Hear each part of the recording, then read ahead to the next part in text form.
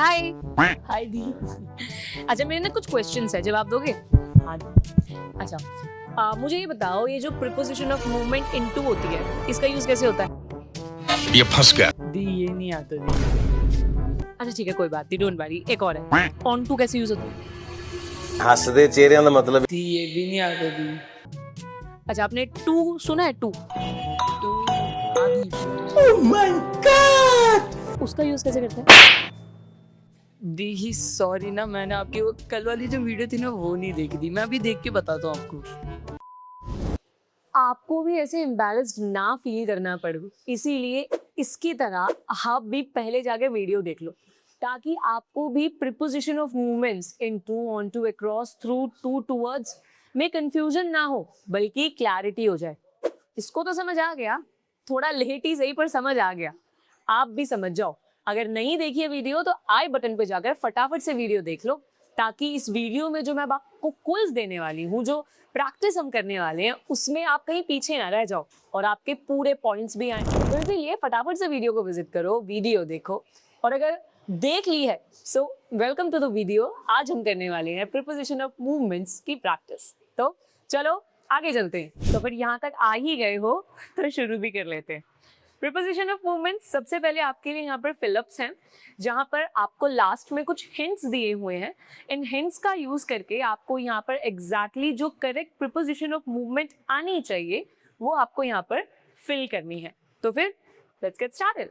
सबसे पहला है the boy walked blank the classroom, entered inside, यानी कि जो लड़का है वो क्लास के अंदर गया।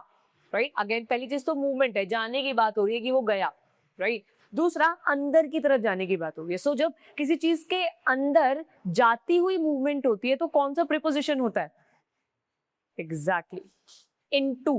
तो क्या हो जाएगा? The boy walked into the classroom, वो क्लासरूम के अंदर चलकर गया। The boy walked into the classroom. Next, the cat jumped blank the table on the top surface, यानी कि जो बिल्ली थी वो टेबल के ऊपर जंप करके गई।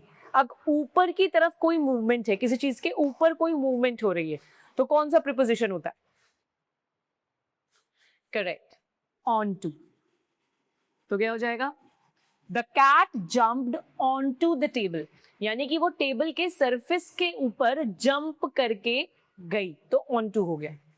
Next, the bird flew blank the window from inside to outside. अब यानी कि विंडो के थ्रू जो चिड़िया थी वो एक कमरे से बाहर चली गई, यानी अगेन मूवमेंट है लेकिन एक इनसाइड एरिया से आउटसाइड की तरफ। तो याद करो मैंने कौन सा बताया था?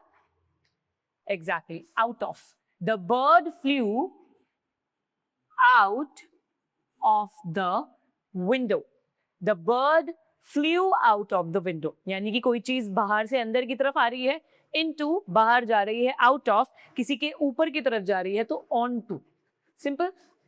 Next, the girl ran blank the road from one side to the other, यानी कि एक साइड से दूसरी साइड पर एक लड़की भाग कर गई, यानी उसने पूरा का पूरा रोड क्रॉस किया, एक एंड से दूसरे एंड पर गई।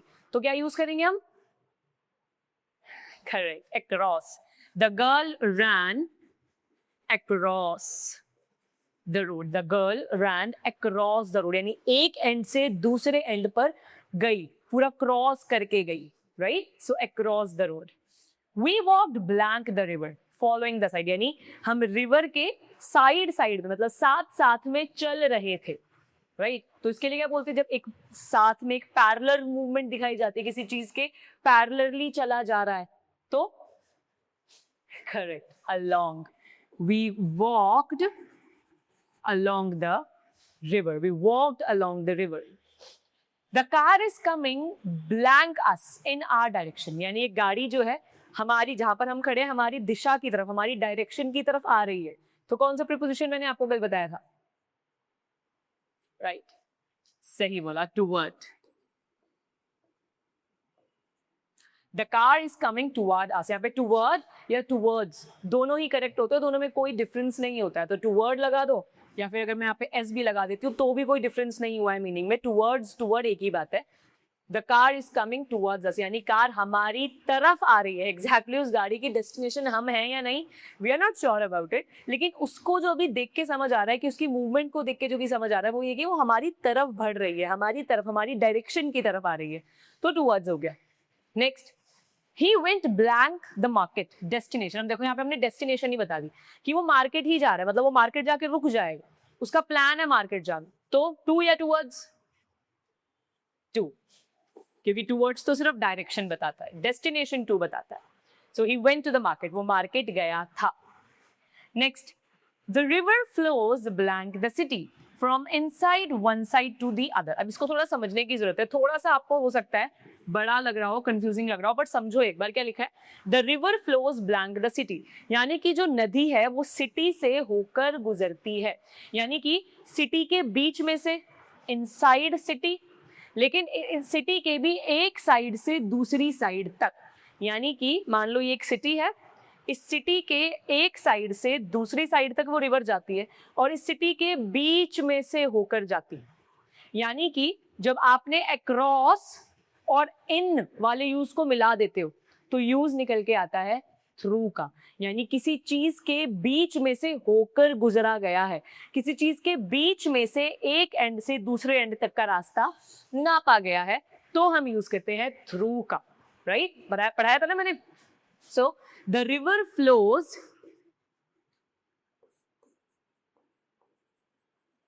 थ्रू द सिटी, यानी सिटी से होकर गुजरती है, सिटी के बीच में से होकर जाती है वो नदी, river. Next, the boy swam blank the river from one side to the other. Again, अब सिर्फ एक साइड से दूसरी साइड की बात करी गई है, अंदर बाहर की बात नहीं करी गई. सिंपल कि एक लड़का नदी के एक साइड से दूसरी साइड तक तैर कर गया, तो क्या बोल देंगे, एक एंड से दूसरे एंड तक, across. So the boy swum across the river, the boy swam across the river. Simple. तो थोड़ा सा समझो, to वहीं जा रहा है, I'm going to the class, I'm going to the mall, towards, उस तरफ जा रहे हैं. She is coming towards you, मेरी तरफ आ रही है. They are going towards the station, वो स्टेशन की तरफ जा रही हैं. तो to और towards में डिफरेंस हो जाता है. इसी तरीके से on to, into, out of, ये भी इजी है. into किसी चीज के अंदर आने की मूवमेंट, out of कहीं से बाहर जाने की मूवमेंट, on to किसी चीज के ऊपर, किसी सरफेस के ऊपर आने की मूवमेंट on to कहलाती है. थ्रू बिल्कुल, मतलब एक एंड से दूसरे एंड तक जाया जा रहा है, लेकिन किसी चीज के बीच में से होकर, कहीं से होकर गुजरा जा रहा है. जंगल में से होकर गुजरा जा रहा है, सिटी में से होकर गुजरा जा रहा है, कमरे से होकर गुजरा जा रहा है, गली के बीच में से गुजरा जा रहा है. तो लेकिन एक एंड से दूसरे एंड तक तो थ्रू हो जाएगा. लेकिन सिर्फ एक एंड से दूसरे एंड तक जाने की बात है, कहीं से होकर गुजरे हुए ये नहीं बताया गया, बस ये बताया कि कुछ पास किया है आपने. तो across the bridge, across the road, है ना, across the river, across the pond, across the room. Right, तो सिंपल हो जाता है. कितना इजी है ये प्रीपोजिशन ऑफ मूवमेंट्स.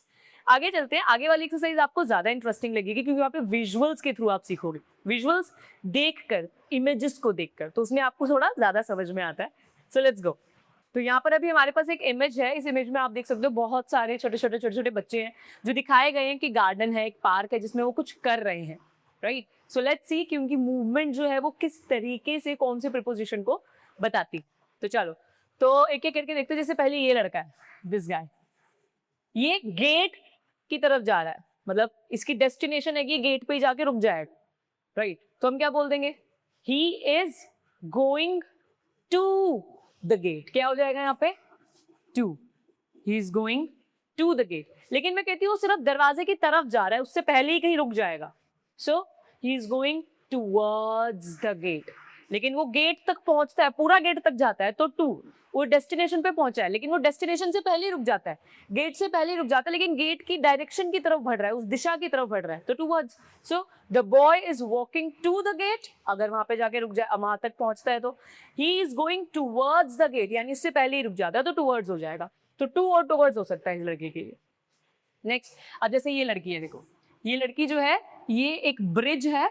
राइट, इस ब्रिज को क्रॉस कर रही है, तो अक्रॉस का यूज हो जाएगा. क्या बोल देंगे, she is walking across the bridge. She is walking across. देखो ना, एक एंड से दूसरे एंड तक ये चल के जा रही है. She is walking across the bridge.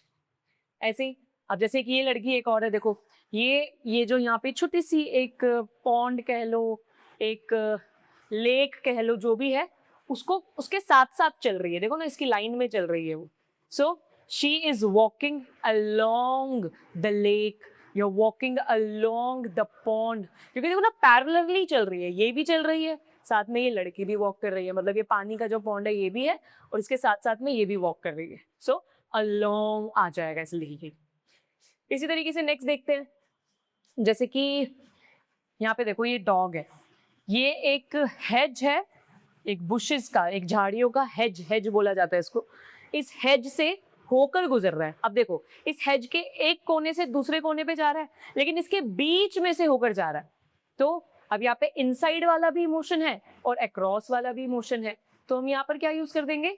Through. तो the dog is running through the hedge, the dog is running through the hedge, right. अब जैसे ये लड़की है, ये कुत्ते की तरफ बढ़ रही है, उसकी तरफ डायरेक्शन इसका वो है, तो towards the girl is walking towards the dog, right. इसी तरीके से तो ये लड़की देखो, ये गजीबो के अंदर जा रही है। गजीबो बेसिकली इंग्लिश में इसको बोला जाता है, एक ऐसी जगह जो बैठने के लिए होती है, स्पेशली खुली होती है गार्डन और पार्क्स में, जैसे ये है। तो ये लड़की गजीबो के अंदर जा रही है, इनसाइड, तो मूवमेंट है इनकी। तो she is walking into the gazebo, she is walking into the gazebo, right। इसी तरीके से कुछ और चीजें भी हैं, जैसे कि कुछ बच्चे हैं, जैसे ये है, ये है, ये बच्चा है, ये सब लोग बस पार्क में आसपास दौड़ रहे हैं। तो आसपास कोई मूवमेंट हो रही है तो क्या बोल देते हैं? Around. some kids are walking around the park, around the garden, they are walking around the park, right. So इस तरीके से। अब अच्छा जरा सोचो, अब यही लड़की यहाँ से अंदर जाके बाहर आती है तो हम क्या बोल देंगे? She is now walking out of the गजेबो, out of, बाहर आ रही है, राइट। अब ऐसे मान लो जैसे कि ये डॉग है, ये डॉग यहाँ बेंच के ऊपर चढ़ जाता है तो हम क्या बोल देंगे? On to, the dog is jumping on to the bench, right, क्योंकि ऊपर सरफेस पे मूवमेंट की बात आ गई है। सिंपल। तो यही होते हैं प्रीपोजिशन ऑफ मूवमेंट। सिंपल है, इजी है, बस आपको किस चीज का ध्यान देना है कि आपको ज्यादा से ज्यादा इसके सेंटेंसेस फ्रेम करने हैं। राइट नाउ अब आपका काम क्या बनता है, जो मैंने पीछे इससे पहले जो मैंने फिलअप्स करवाए थे उसमें सेंटेंसेस आपको खुद से फिल करने हैं। शुरुआत में जाओ वीडियो के, जहाँ पर मैंने आंसर नहीं लिखे हैं वो वाले फिलअप्स उठाओ और उनके आंसर्स खुद फिल करके नीचे कमेंट बॉक्स में लिखो। साथ ही साथ कुछ ऐसे सेंटेंसेस जो यहाँ पर हो सकता है मैं मिस कर गई हूँ, वो सेंटेंसेस भी आप नीचे कमेंट बॉक्स में जरूर बनाओ। सेंटेंसेस जितना बनाओगे उतना ही आपके लिए काम आसान होता जाएगा। समझो मेरी बात को, मुझे पूरे ऑलमोस्ट 30 दिन हो गए हैं बात दोहराते दोहराते कि आप बोलो, सेंटेंसेस बनाओ, जितना बोलोगे उतना आपको मदद मिलेगी इंग्लिश को इम्प्रूव करने में, क्योंकि यही एक जरिया होता है। देखो सिंपल सी बात है, हमारा जो ब्रेन होता है ना, हम जिस काम को बार बार करते हैं वो उसकी आदत पकड़ लेता है। हमारे ब्रेन में कुछ कहते हैं ना कि न्यूरो साइंस से रिलेटेड कुछ कनेक्शंस होते हैं, राइट। वो तभी बिल्ड होते हैं जब हम उन कुछ कामों को कॉन्टिन्यूसली करते हैं। जब हम किसी काम को कॉन्टिन्यूसली करते हैं ना, तो वो जो कनेक्शंस हैं वो बहुत स्ट्रांग हो जाते हैं। स्ट्रांग इन द सेंस अब वो एक्शन मेरे लिए करना बहुत आसान है, राइट।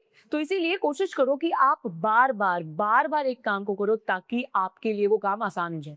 क्या करना है? इंग्लिश को सुनना है, बोलना है, पढ़ना है। सिंपल, जितना करोगे उतना आपके लिए आसान हो जाएगा। ट्रस्ट मी, आपको कोई एक्सपेंसिव कोर्स खरीदने की जरूरत नहीं है, आपको सिंपली घर में प्रैक्टिस करनी है। अगर ईमानदारी से कर ली, आप अकेले खुद से भी इंग्लिश सीख सकते हो, राइट।